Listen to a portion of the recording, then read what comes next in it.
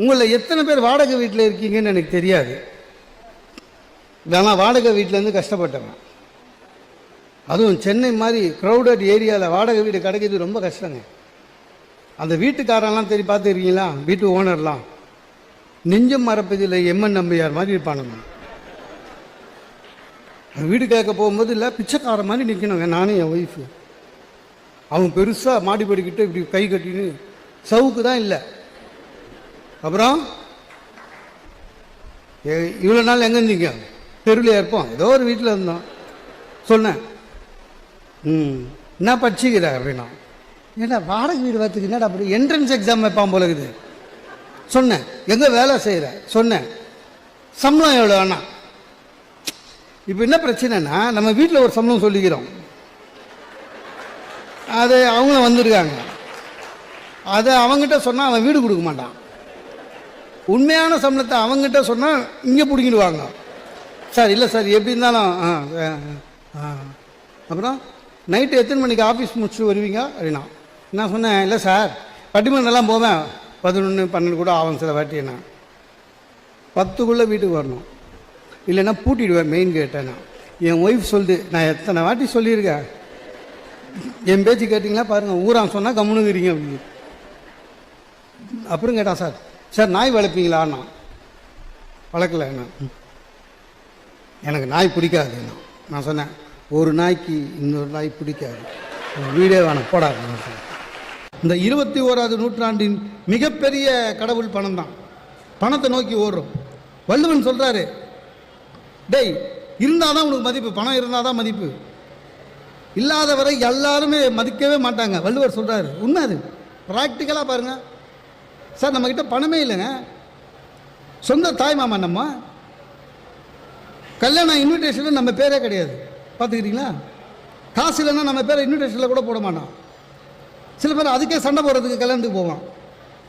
கல்யாண நடுவில் சண்டை நடுவில் கேட்பான், என் பேரை ஏன் இன்விடேஷனில் பேரில் போடல, அதை நேரில் கேட்க தான் வந்தேன். டேய் இது வரக்கூடாதுன்னு அவன் போடல,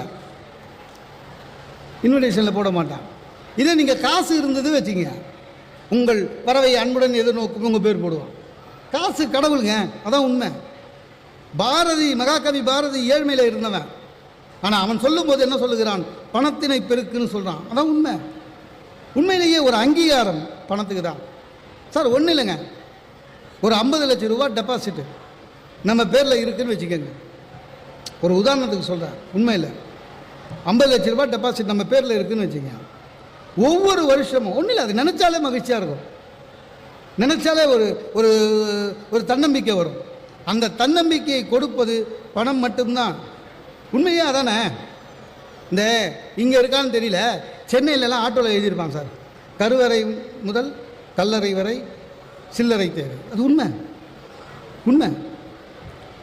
எல்லா இடத்துக்கும் பணம் தேவை சார். எனக்கு நல்ல ஞாபகம் இருக்குது, பிரசவத்துக்கு என் ஒய்ஃப் அட்மிட் பண்ணியிருந்தேன். எல்லா அப்பாங்கள் மாதிரியும் வராண்டாவில் சுற்றின்னு இருந்தேன்.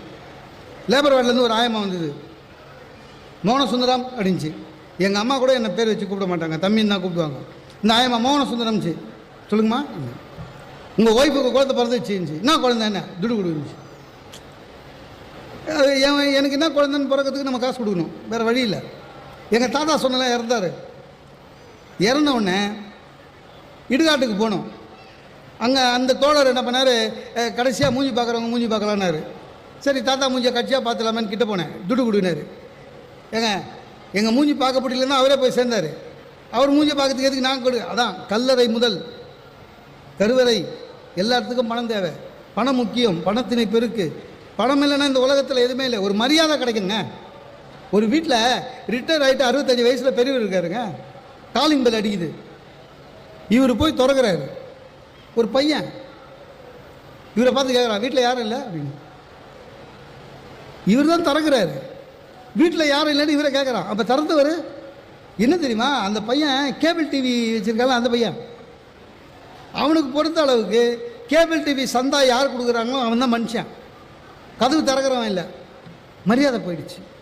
ஆக மரியாதை வேணும்னாலும் நீங்கள் உங்களுடைய பணத்தினை நல்ல வழியில், அது முக்கியம், பணத்தினை நல்ல வழியில் பெருக்கணும். வள்ளுவன் சொல்கிறது உண்மையாக அதான் சார். சார் நீங்கள் 1947 நமக்கு சுதந்திரம் வந்தது. 1950 இந்திய குடியரசு ஆச்சு. இந்திய அரசியலமைப்பு சட்டம் வந்தது. சரியா? நம்ம கவர்மெண்ட்டு, ஸ்டேட் கவர்மெண்ட்டு திடீர்னு கொஞ்ச நாள் முன்னாடி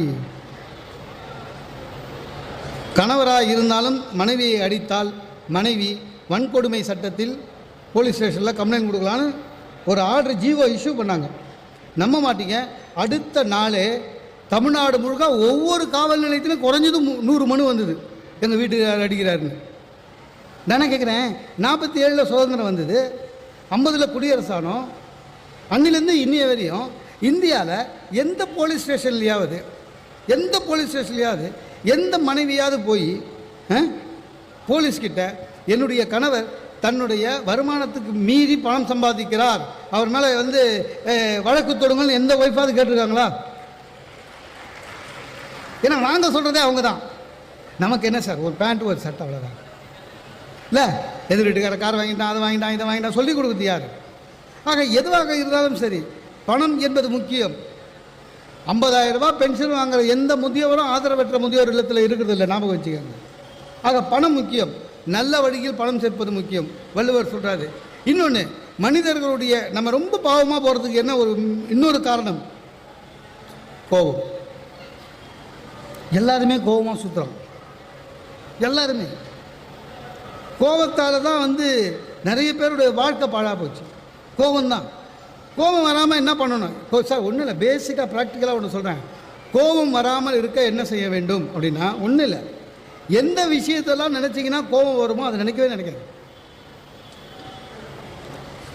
ஒரு ஆராய்ச்சியாளர் சொல்லியிருக்கான், ஆனால் சில ஆராய்ச்சி தப்பாக தான் சொல்லுவான். உங்களுடைய மனதை யாராவது புண்படுத்தி இருந்தால், ஹர்ட் பண்ணியிருந்தால், அவர்களை உங்கள் மூளை அவர்களை மன்னிப்பதற்கு 6 to 8 மாத காலம் எடுத்துக்கொள்கிறது. இது ஒரு ஆய்வு இல்லை, நான் நம்பலை.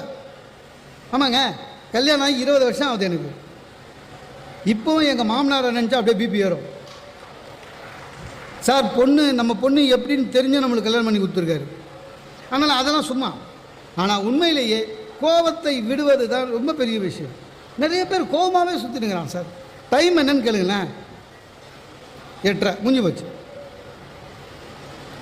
உனக்கு டைம் சொல்ல தான் வாட்ச் கட்டின்னு இருக்கிறேன். நான் நடுவு வழியில் நிற்கிறான், சார் கொஞ்சம் தள்ளுங்கண்ணா, ஏன் சுற்றின்னு போக மாட்டியானோ. எனக்கு தெரிஞ்சு இன்றைக்கி இந்தியாவில், தமிழ்நாட்டில் கோபம் வராமல் எப்பவுமே ஆனந்தமாக இருக்கிறது சாமியாருக்கு மட்டும்தான். எத்தனை கேஸ் போடுங்க, சிரிச்சா மாதிரியே கோர்ட்டுக்கு வரோம். அன்றைக்கி ஒரு சாமியார் கோர்ட்டுக்கு வந்தான் சார், சிரிச்சினே வரான். ஜட்ஜை பார்த்து இவன் சொல்கிறான், மங்களம் உண்டாகட்டும் அப்படின்னு.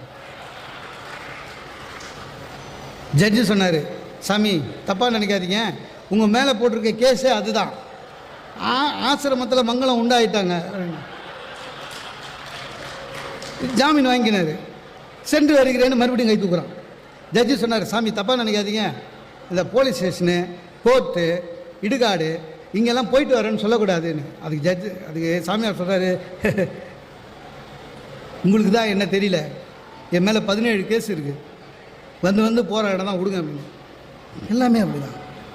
எல்லாருமே யாருக்கும் கோபத்தினால தான் பாதி பேருடைய வாழ்க்கை. சார் இப்போ படித்தேன் சார், ஒரு 2 வாரம் முன்னாடி ஒரு அப்பா பையனை என்ன பண்ணியிருக்காரு, கோயம்புத்தூரில் கல்யாணம் பையனுக்கு இன்னும் 3 நாளில் கல்யாணம் நடக்க போகுது.